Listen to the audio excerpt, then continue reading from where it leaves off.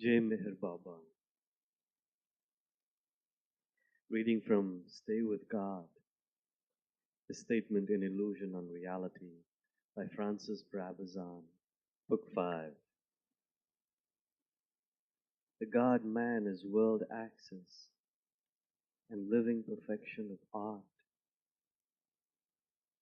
the divine sun of reality shining through the mists of illusion.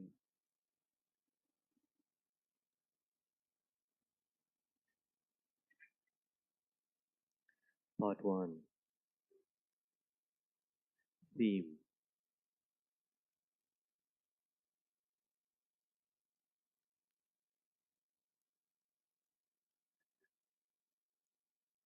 Art is an act of love in likeness of itself, spirit, molding matter into lovely form. God's compassion as avatar unto men, men's devotion to avatar as God, by God. For devotion is by grace alone. Avatar is his own act perfectly. Before his different names, speech retreats in confusion. Before the living one, the present one on earth in one's life, one can only say, "O God, O God," and weep and wait the round of his time and the poetry of his word to inform us in likeness and paint us in livingness. Devotion is the wing sacrificed under the shadow of his wings, flying to him. An arrow crying in the night for dissolution in love's mark. The dew of morning diamonding his sun as a necklace for his throat. His act in us for him.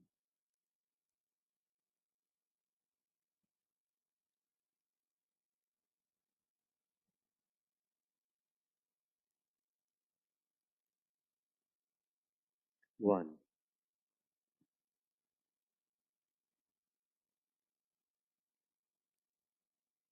Once men sang purely in the work of their hands, in the speech of their mouths. They knew that Avatar and the perfect masters were the only God on the earth, that the saints were doors to him. By God men lived, and his name wrought their works. They went not out to labor, nor sat down to meat, without song attending. The leftover scraps from their singing we have gathered into our galleries and libraries to worship or stare at. Then spirit faltered, losing its way somewhat in the darkening lanes of the blood.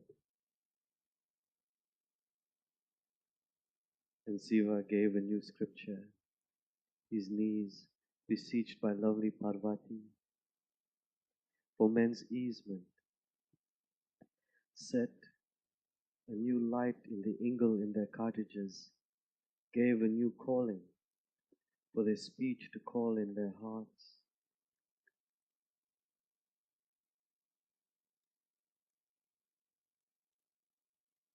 To shone in their hearts in again brightness, lit in their hearts the way of sacrifice, revealing the ever-friendliness of God, shot with his shining arrows into the darkness, establishing a new sun wherever each pierced the dark, brought into their hearts again music, taught pity, showed them the pilgrim route, gave them the bride poverty.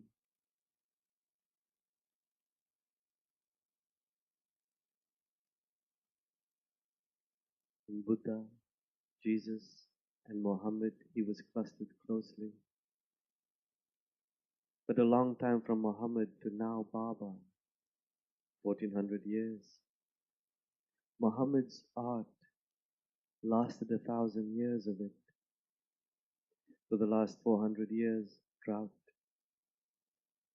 The science of self dumped in favor of star measurements and behavior of atoms.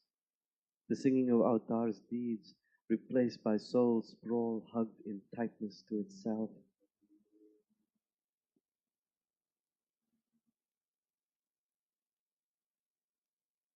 Three.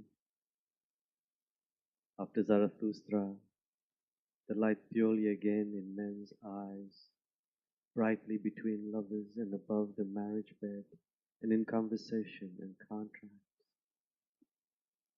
After Abraham, the settled life in obedience to God's voice, consequently friendship between men who had what to fear from whom.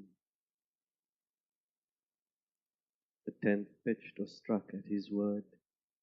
I do not bow down before that which rises and sets.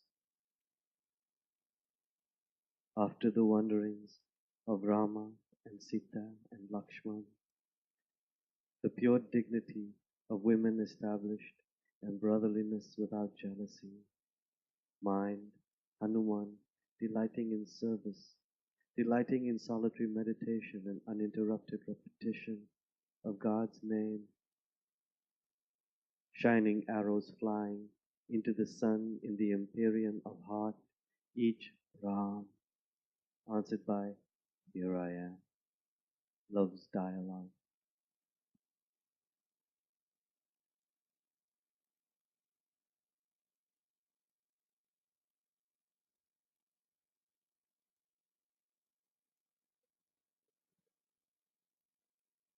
Four. After Krishna, the singing of Vyasa meditated and composed in exact likeness of his acts of love, the singing recitations of the saints, Iliad, Odyssey, Edda, although not written down until by Sigmund the Wise, 1056 to 1153. Song of his flute, for the first time in the hearts of the Northmen. Song, self-existent.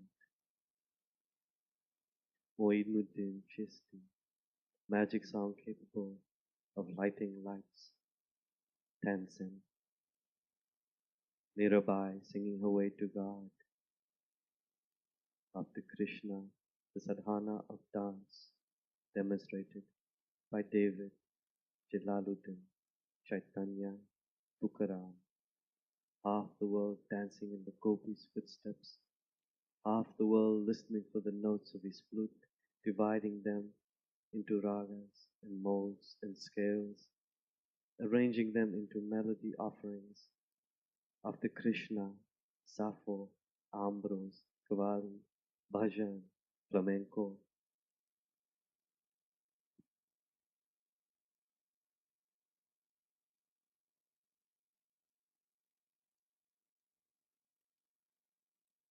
Five. After Buddha, men loving solitude. Unless a man set his heart in order, he can in no wise establish the kingdom of heaven on earth. Hence Sarapati, hence Anuradhapura, hence Tang painting and poetry, and Hui Neng the 33rd in direct descent, tearing up scriptures, and along with other Zen men, delighting in caricaturing one another, banishing solemnity, but taking the job seriously.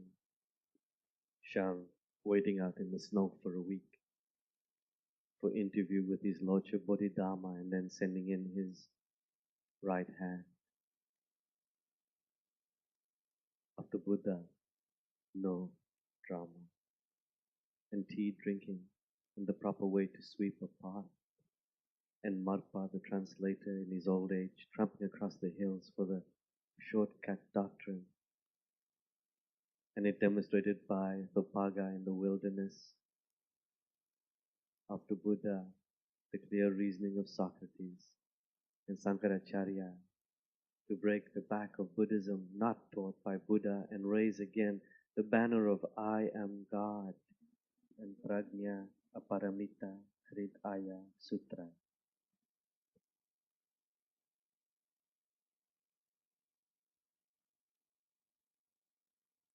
6. After Jesus, John writing perfect poetry, and Peter, made worthy and altogether lovely through terrible remorse of denial, to whom M. Angelo and Co. made a monstrous monument. The Egyptian and Syrian deserts carpeted with flowers, the 7 golden O's of Imr al-Qais, even though guide to hell, and Co. and Kailas frescoes. After Jesus, son of fourth heaven, plowshare through the garbage tip of Rome, short work span, came Muhammad. After Muhammad, the pure brothers, masters of heart, Sahib-e-Dil, and the whole linked flood of lovely singers in continuance after Krishna, Abu Bakr, Ali, Ibn Arabi, Junaid, Attar, Abu Sa'id, Hafiz, Jalaluddin, Chrétien de Troyes, Daniel, Ramon Lull, St. John of the Cross, down to present chorales at the Baba Sahabas, singing to Baba.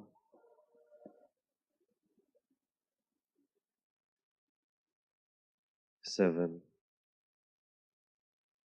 After Muhammad, establisher of democracy, the cultivation of the hard doctrine was again easy, and men could easily love men, re-establishment of the sharing companionship of the early Christians, and carried through to the time of the great Assisian lover, who, however, was still calling Muhammad by his former name of Jesus.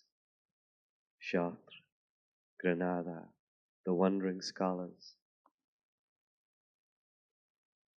Pure line of Muhammad's gentleness and generosity. Singing as of great bells, rhythm of God in the hearts of men in the morning, of stars and men when the night fled. Laid stone on stone with reverence and care, carved images of Jesus and Krishna in stone and wood, in their image.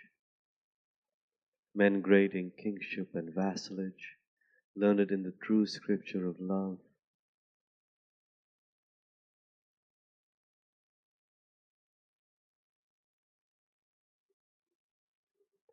8. Men who were not afraid to become blind in their seeing and deaf in their hearing, and trust that the Khizr would guide their feet in the world and instruct them in the way of knowledge and song. For unless a man becomes blind, he shall not have bright-eyed sight, to trace out the lineaments of love, Avtar's true form, the sort of sight which enabled Demodocus to follow Odysseus and Valmiki Ram's journey. Learned men able to read hearts and the signs of God in the wind, in the fire, in the green earth, capable of writing the word love into the work of their hands, their swordsmanship and plowing, their pots in which they drew water and cooked their food and offered sacrifice to God.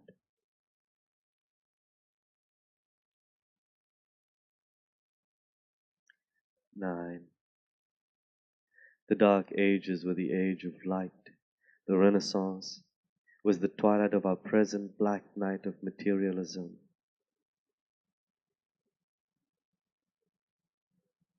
Once, men burnt their desires in the sacred fire of devotion and austerity, made lovely their lives in His mold, measured the reach of their hands and the range of their speech by His word, then purely sang in words and notes and stone Avtar's deeds, thus pleasing God with works in likeness of His own creativeness.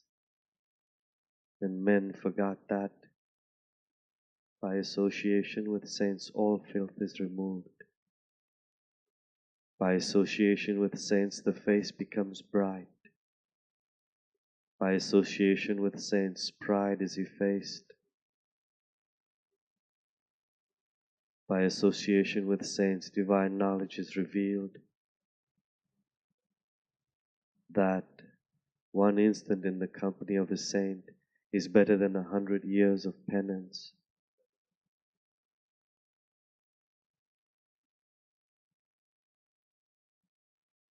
Ten. The dark ages were the ages of light. Then men denied the saint in them, and the saint in them died, and the line of saints came to an end. And there were no channels by which the flow of truth could be reflected in men's lives. Renaissance, promise of freedom from two-dimensional form, vision of smokestacks behind the eyes, ears twitching in anticipation of symphony of machines. Spirit took wings to the terra firma of colonization, to solid commodities sweated out of the labor energy of other people. Armies of bees standing in line, sweating out wax of cement and steel. Colonization, last reach of establishment of territories in space from which to dominate the whole earth. 11. Renaissance, power population expansion, possible by the sciences, lauded by the arts, science which once laid down the steps to self-realization, art which once sang God's likeness in the earth, now science is making machinery of exploitation, now art singing the version of despoliation. Forgotten conceptual verities, forgotten institutional representation. The servants and devotees of truth became the tools and mouthpieces of gunmen. Your pride is to trace your descent from a robber baron. Our greatest king, to trace his to a forest sage. Knights of the Middle Ages and heroes of the great ages now hired offices.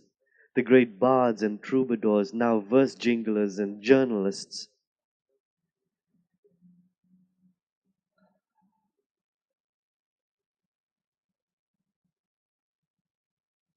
12.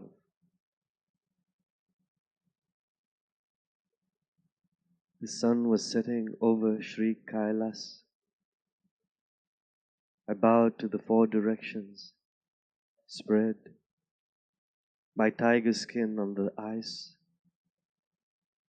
planted my staff on the right and cried, "Victory to the Lord my Master." Then sat in Siddhasana facing north, fixing his glorious image between my eyes. Cruel winds, bitter cold, snow up to my chest, but unbounded love defeated these enemies. On the third day, the Lord Dattatreya in his physical form came to me, picked me up as a child and caressed me.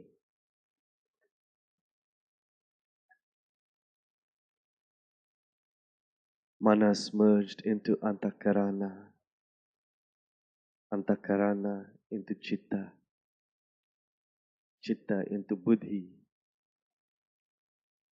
into Ahamkara, all into the Satchitananda of the Supreme Self.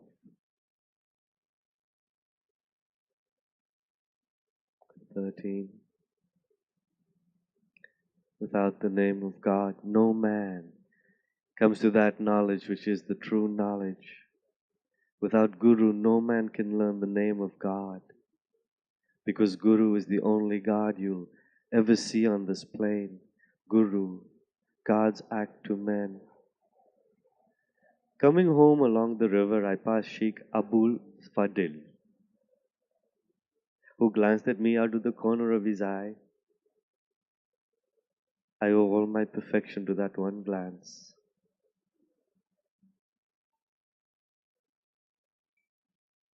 Once men journeyed within themselves until they came to the source of energy and could control their passions. Now they journeyed outwardly in conquest of the earth. Once dug in their hearts to find the gold of self. Now in the earth for metals to make aeroplanes and bombs. Technique of former laid down by Zarathustra and Patanjali.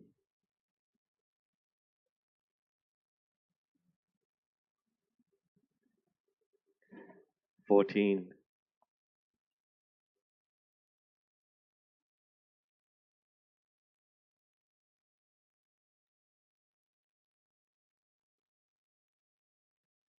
We became enamored of travel, intoxicated with the sensation of movement. Let us hitchhike to another city. Let us go find more oil wells. Let us find oil in the ocean. Let us build an opera house. Let us organize more appreciation classes. Last year 10,000. This year 20,000 must be our goal. Let us build a big plane, a rocket plane, and go to the moon. We must go somewhere where we will not find ourselves. We were saying breakfast in London, lunch in Cairo, the Arctic route cuts off 2 hours. We said diesel instead of train. Diesel is faster than train. Jet is faster than plane. More time to consider the lily in another's heart, to watch the leaf bud and flower putting forth of our own.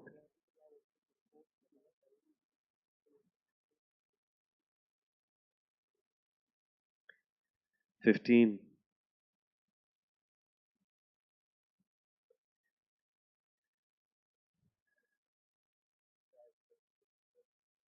The skyscrapers of New York are the cathedrals of America. A cathedral is an aspiration, a glory, a peace, a silence reaching to the silence which is God. It is the vertical line from the horizontality of human limitation to the dimensionless point of human, divine mind, unlimitedness.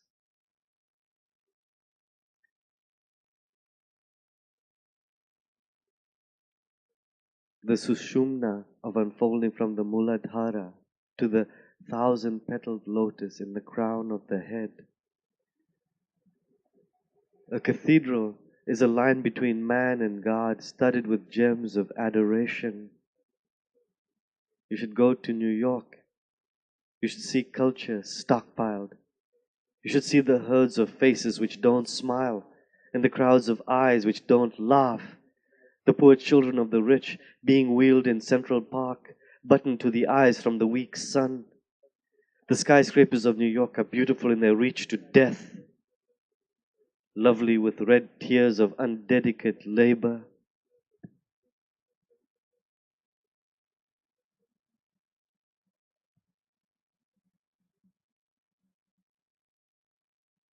"16.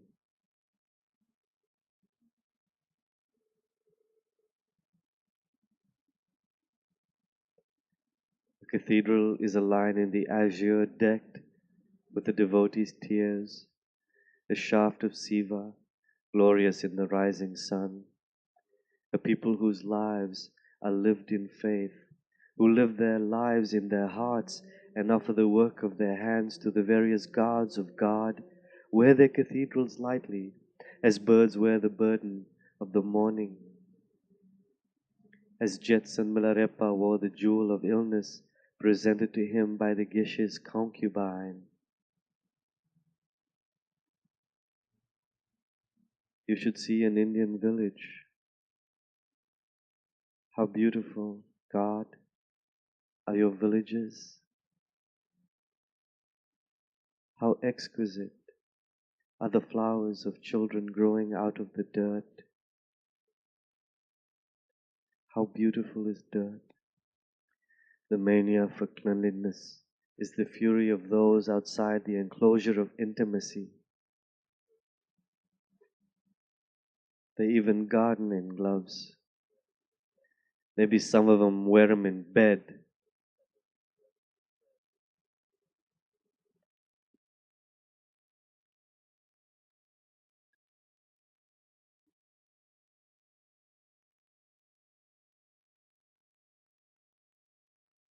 17.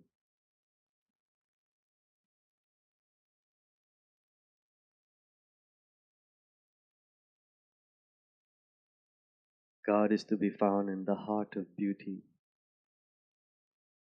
Beauty is dirt molded by the hands of the sun and vivified with his breath. Children and musts seek dirt, and in it discover their freedom, as in dust Majnun found Layla. A must in his dirt is a challenge to God, a rose in dung challenging the sun, and the sun electrifies its face in the contours of its own energy, making ashamed all clean people who come near it. How lovely is dirt from which emerges the nightingale of a child's eyes, dirt in which Krishna played, with which the child Eknath made images of God, with which Sri Sankaracharya demonstrated before the unbelievers the oneness of God, supremacy of Advaita over atheism.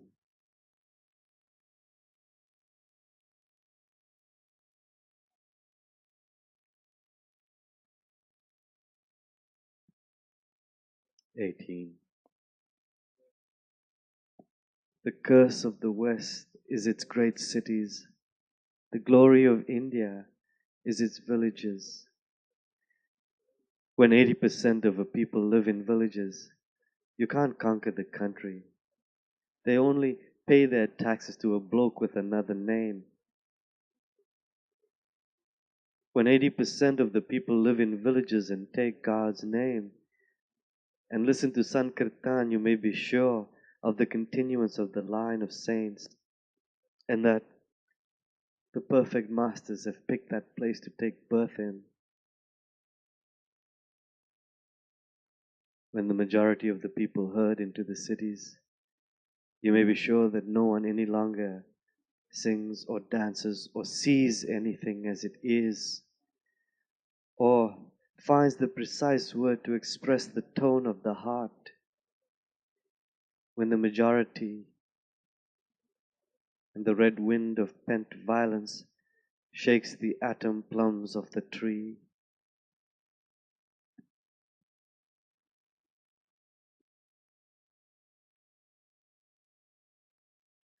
'19. And there are a number of educated Indians who believe the West is a sort of Buddha lands of prosperity. They can even supply calorific data. But one wonders, did they, when they was getting their Western education, ever bother to drive around our slums or visit a shanty town or do a few weeks on a process bench? Or inquire into the fact that a bubble economy must expand or bust? And take note of the fact that the breath of the bubble is fear, and that so long as you keep making guns, you have full employment?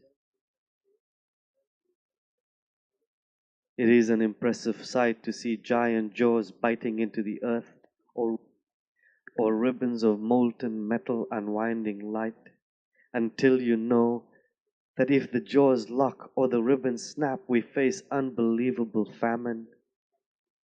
And if they go on biting and unwinding, we face certain destruction. 20.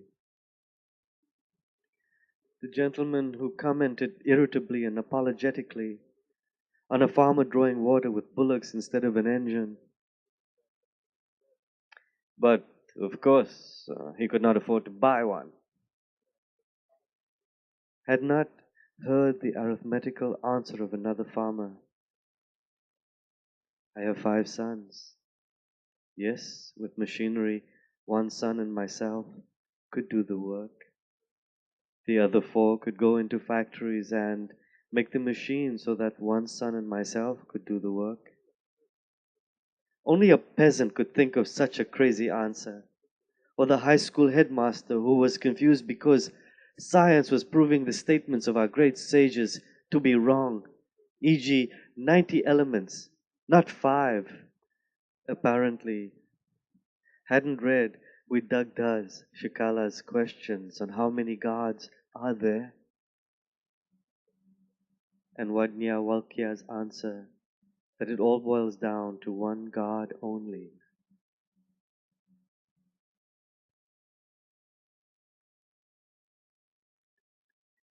"21. But the young chap from Delhi was not confused. "You needn't think we'll go communist or democratic," he said. "We've got our tradition of thousands of years of cooperation." He also read the old books and loves the uniqueness of Krishna and knows his country's problems and is a disciple of the living master. And the bhajan singers who carry Baba's message from house to house are not confused, nor the boy with his oxen, nor the girls with their red earthen pitchers, nor was the young airman confused or apologetic, he who was a living flower of chivalry, courteous, brave, modest, extremely beautiful, a very perfection of young manhood, who always took God's name when he sat in the cockpit, and who, when his plane crashed, stood before Baba before the thing happened.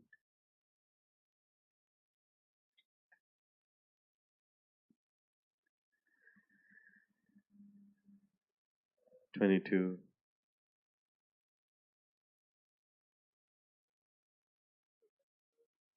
Did you ever notice how haggard the women are getting?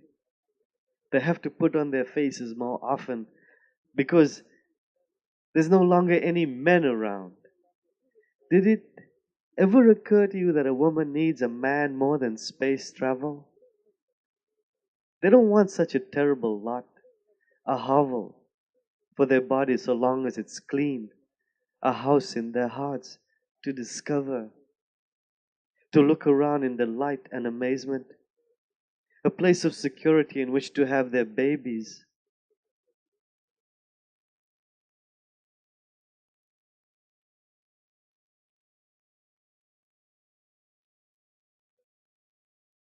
But by God, if you cheat them with the hovel of a heart, they will hate you with such hate as will drive you to build bigger and bigger houses for their bodies, faster and faster cars which float instead of clawing the road on the bends, faster and smoother planes, because the hurt of their heart is beyond their endurance.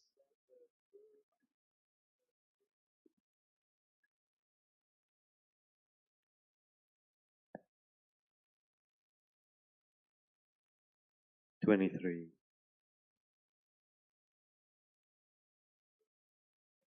Have you ever stopped in the tracks of your progress and asked, who is this other person living with me? It would be too humiliating to find that that fine brain, which can measure infinitesimal measurements and set armies hacking each other to pieces, is knowledgeless regarding that wonder called a woman. It takes a man who does nothing to know her, a man who will, for Christ's sake, stop jigging about like an imbecile, who will sit down and sweat on a pick and shovel or a rock drill in his own heart, who will, thread by thread, discard the filthy rags of himself, who will make a woman out of himself so that he can take her into himself. For only in himself will he ever know himself in her, that he is the veil of her, beyond which is the Son of the Son of God."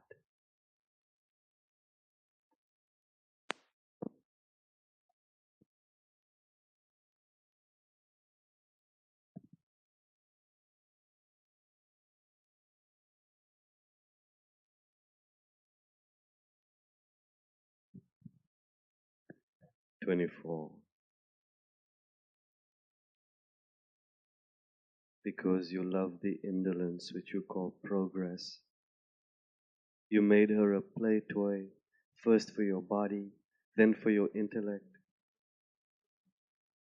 Towards the first, you established the cult of the petite and robbed her of the ability to walk properly and caused her to bear her children in unnatural pain. Toward the second, you taught her to read the words of your jargons and made her believe they had meaning, so that her intellect became the shadow of your incompetence, and she could share your stare into vacancy. Mothers of God, but when this man breaks his silence and speaks that word which is the husband of the heart, and the answer and the direction and the far goal, and the spell of your tyranny will be broken, and she will remember the dawn and the first Adamic walking and companionship.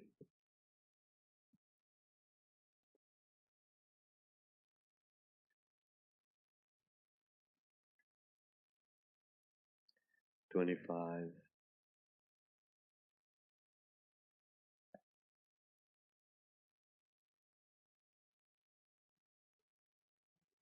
We walk, but we are dead men who walk. We speak to one another across unbridgeable distances. We dance, but we never know our partner. We sing without ever hearing the notes of our song. We pray, and since all prayer is answered, we spawn a new disease every year.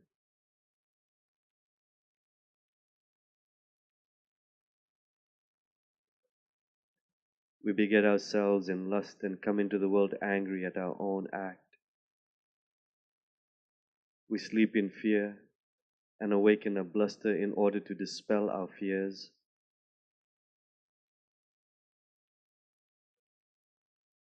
We search the stars for truth and dig into the earth to find being, and the eyes of our souls stare into the darkness of our walled hearts. We have mocked one another. Let us be friends and drink together, and secretly put poison in each other's glass. We have been told, perhaps, that God has come into the world again, and have smiled, another escapist. Or, I heard a lunatic speaking. We chuckle. We will let off a big bomb. We will kill our children rather than abdicate our anger.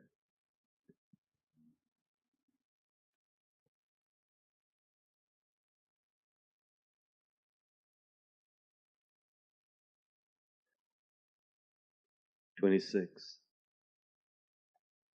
And the country of Adam, the place of any one atom of us, easily expandable by any man with divine mind, that is, shed of limitation, a human being person to the whole earth. But when men had turned their backs on the saints and the saint in them, they had to wave beat it and foot slog it or ride on horses. And knowing no longer the gods of God, thy gods, O man, they employed men to write prayers for them to mouth, to know God, that is, after the theologians had decided who exactly he was. But, of course, it was Ares the blusterer whom they worshipped, after changing his name to Jehovah, which was a funny way of saying Jehovah, which is God in English.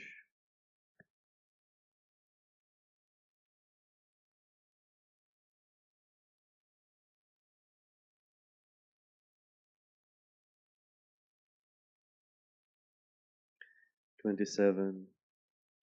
Ares they worshipped, and sacrificed lovely Jesus on Ares's altar. Blood scarlet for cardinals, blood purple for kings. Denied Jesus, arisen again as Muhammad, and painted pictures of a man they called Christ minding sheep, and played shepherd games, reviving the Roman cult, paying poets to write verses about it. Thus, Christ Ares, supreme muddlement, destruction of all true values in art and living. The kings and the general herd of businessmen and workers, never quite sure which one was in their prayers, and the theologians swapping them round as suited the particular policy of the rulers. But the perfect masters and the saints guarded the lovely way of God, guarded art, and showed it secretly to a few, a little, not much, having in mind the need of tempering its wind to shorn sheep.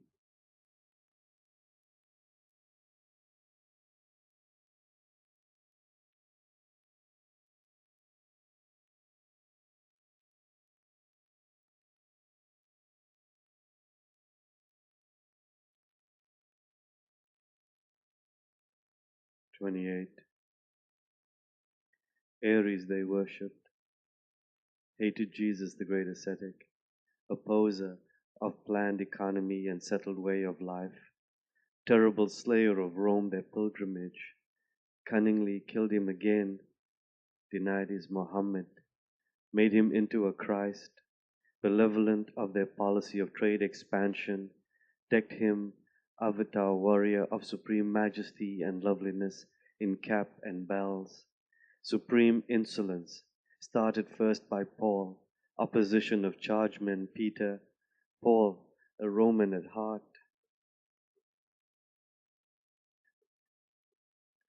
a soapbox orator who won the day of the church.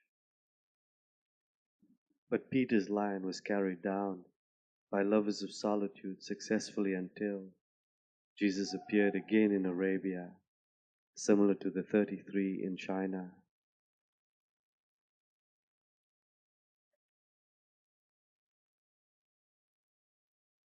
"29.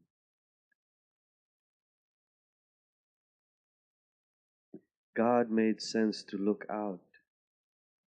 So we looked out, and up and down, 3 dimension, and went out and shouted horizons, and now whizzing in bubble whizzing across and up and down, bubble earth whizzing in bubble space of nout, saying, breakfast in New York, lunch in the Andes in the palace where the sun god kept 700 virgins.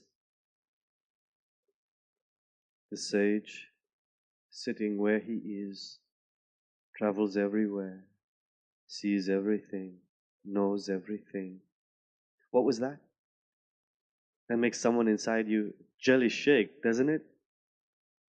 Yogi stuff, hypnotism.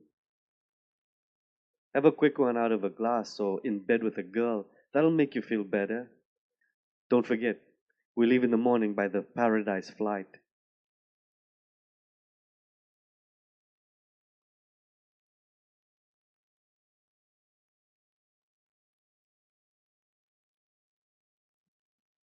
"30.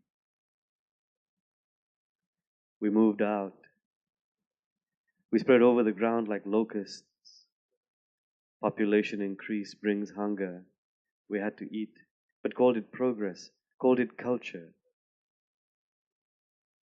That there can be prayer before meat and thanksgiving after. And you don't have to kill your host and his wife and kids, or put poison in their water hole. We moved out into the sun and became shut of the sun. We built cathedrals in New York, as earlier in Rome, to the God of no sun. We designed a Picasso to split the atom of line and color, to excite our nerves. We compounded an Eliot to brew an opiate to soften the shock. We invented an Obi to amuse us by representing on the stage Avatar Noah as a doddering old man, and a fry to whinny and gamble and trot off again with a neigh.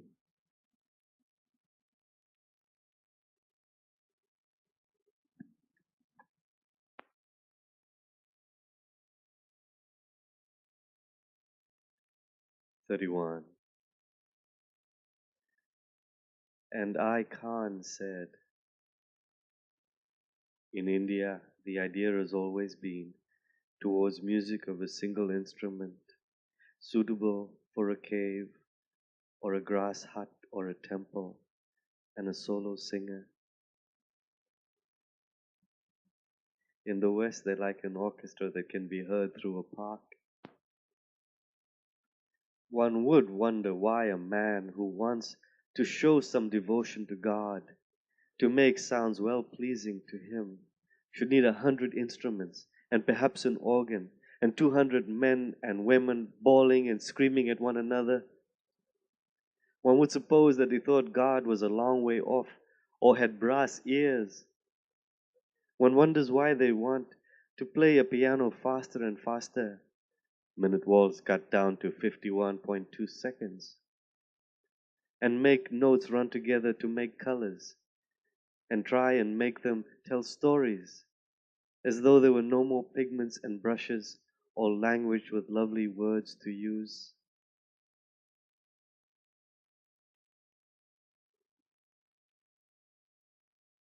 "32. And Master Kung said that a man ought to spend most of his time studying poetry and music and divine manner, and being very quiet inside himself. And Lao Tzu advised him, do it in yourself, Kung, and don't try to teach other men. If you try to be some use in the world, you burden the people with your own insufficiency."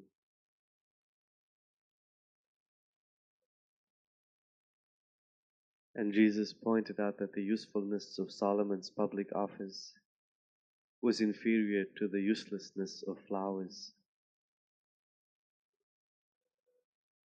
And Moses had much the same ideas, re-usefulness, when he said to God, "Don't pick on me as a worker."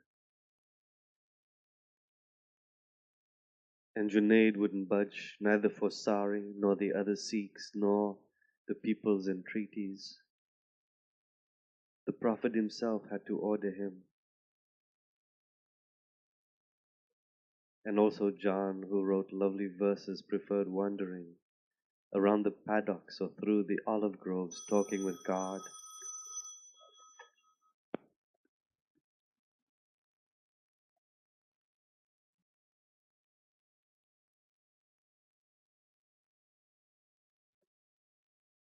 "33. We moved out, foot slogging it to receding horizons, and began bubble whizzing, dreaming of an Aphrodite making a damn fool of herself, going to bed with Ares, because Hephaestus threw strong bands around them, and the other gods witted the joke of it, even Zeus, probably on her side. And she was well wishing to be free of the blusterer's embrace. But Athene, virgin-born virgin, who loved heroes and lovely speech, was forwarding Odysseus on the path of fortune, and feeding the soul of blind Demodocus with lovely art, touching his eyes with her wand and giving him clear seeing and winged words, pinions to the soul of men desiring news of God.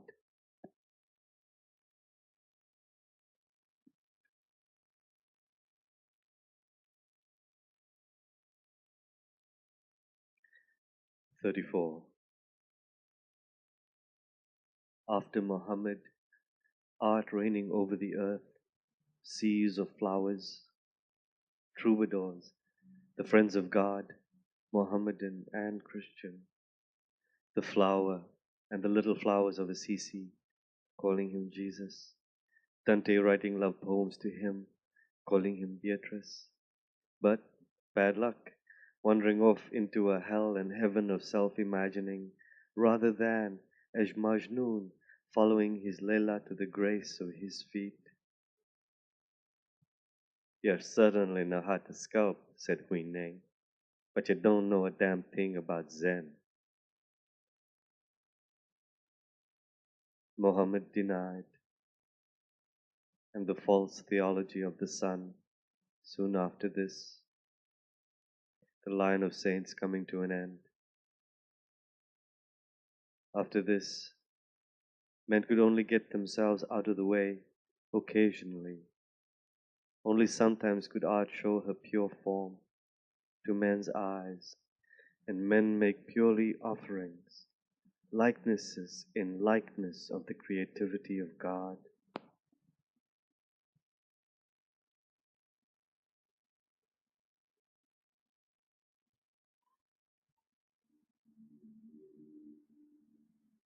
"35.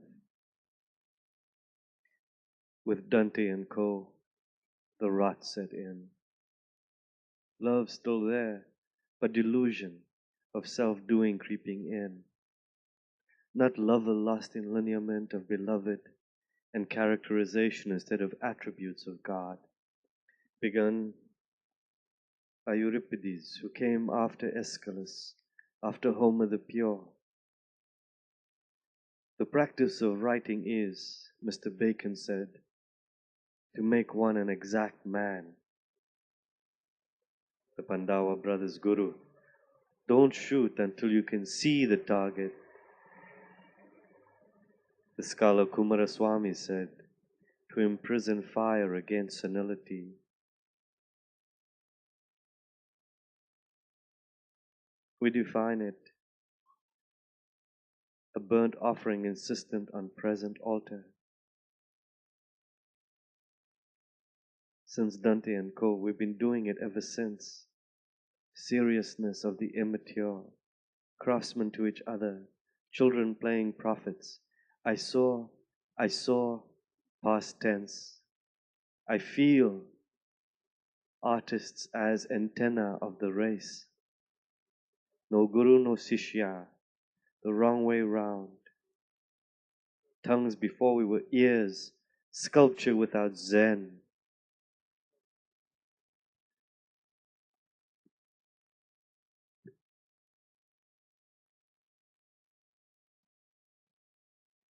"36. Since Dante and Chaucer, a handful of work from Shakespeare, subtracting what he said from what he was paid to say. From Burns, a posy. From Rimbaud, a sentence, in search of a master. From Nietzsche and Whitman, 2 pages each, one for themselves, one for God. Bloch and Mayakovsky, 2 voices looking for a piano. Lorca, a guitar seeking 2 lips behind a fan of olive trees. From Synge and O'Casey and James Welton Johnson, each 3 flowers, one for each of the Trinity. From Gabriela Mistral, 5 candles lit on the platter of Arti. From Pound, harmony on a lute played with a rifle trigger, and sometimes almost making music.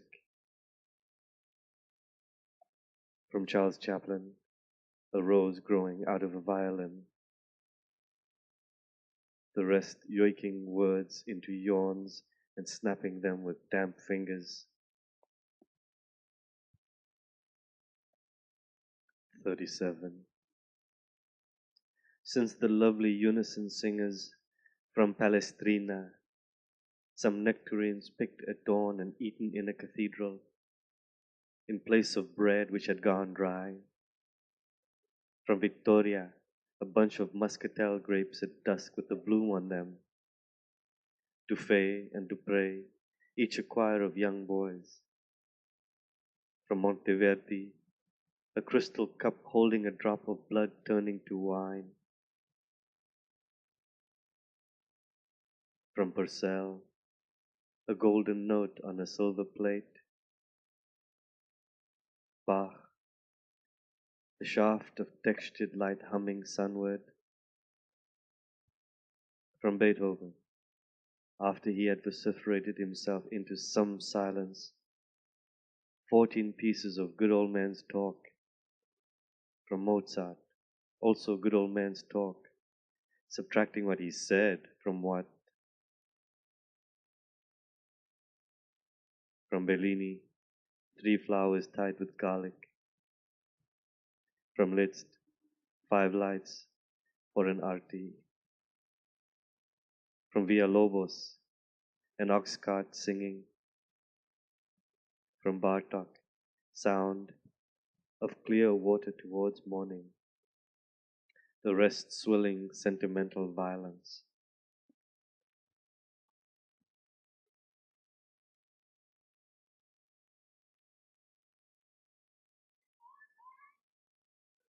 "38. Since the iconography of the real and the manuscripts and the wood and stone carving, from Saseta, a wall and the meeting of 2 saints, from Cimabue, a portrait of St. Francis, how he might have looked, a stupa at Assisi and another at Padua, from Giotto, from Fra Angelico, a voice from a clear sky, from Memling, a clear sky singing in a woman holding a tiny Jesus, from Piero della Francesca, a ray of sunlight and vials on the crib of Govinda Bambino, from El Greco, hope that believed it was color, from Blake, 2 portraits of Christ, one about Jesus, from Cézanne and Braque, a few areas of definition to take the place of sentimental windows, from Juan Gris and Chagall, a violin and a white pony, each carrying a rider, the rest, mud up to the hocks, painting their eyelids pink and green.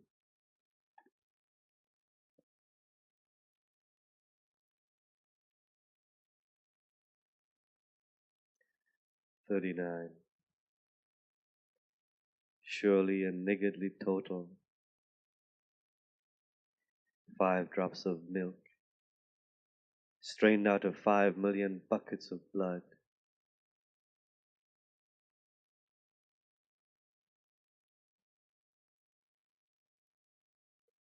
The night, the night, strong steel and hard concrete, and our hearts, deserts of spent foam, a wind and a rain of fire. Divine Jesus, divine Jesus, I grieve not for you.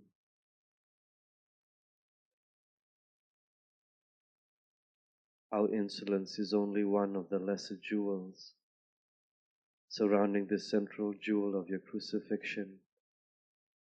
Thou, of God and God, creator of universes, I grieve because of you, of Krishna, and the Krishna of you, and the sameness of your sword and the bow of Ram and the 2 eyes of the living one, which have looked at me, and the insolence of my still being. But by God, He has made promises, with the fulfillment of which I will follow Him in each next birth of His births, and stand silently before Him, awaiting the sword's lightning of His word.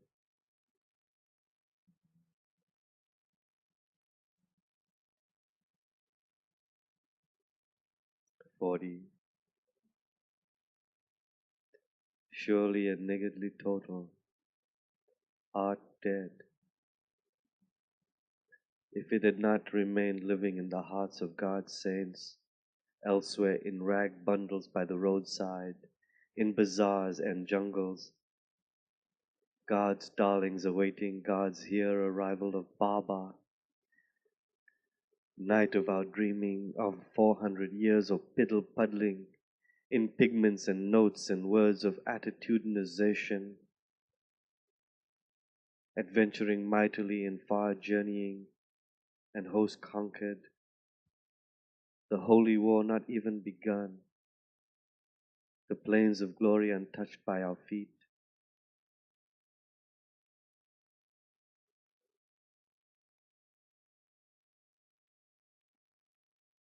Baba,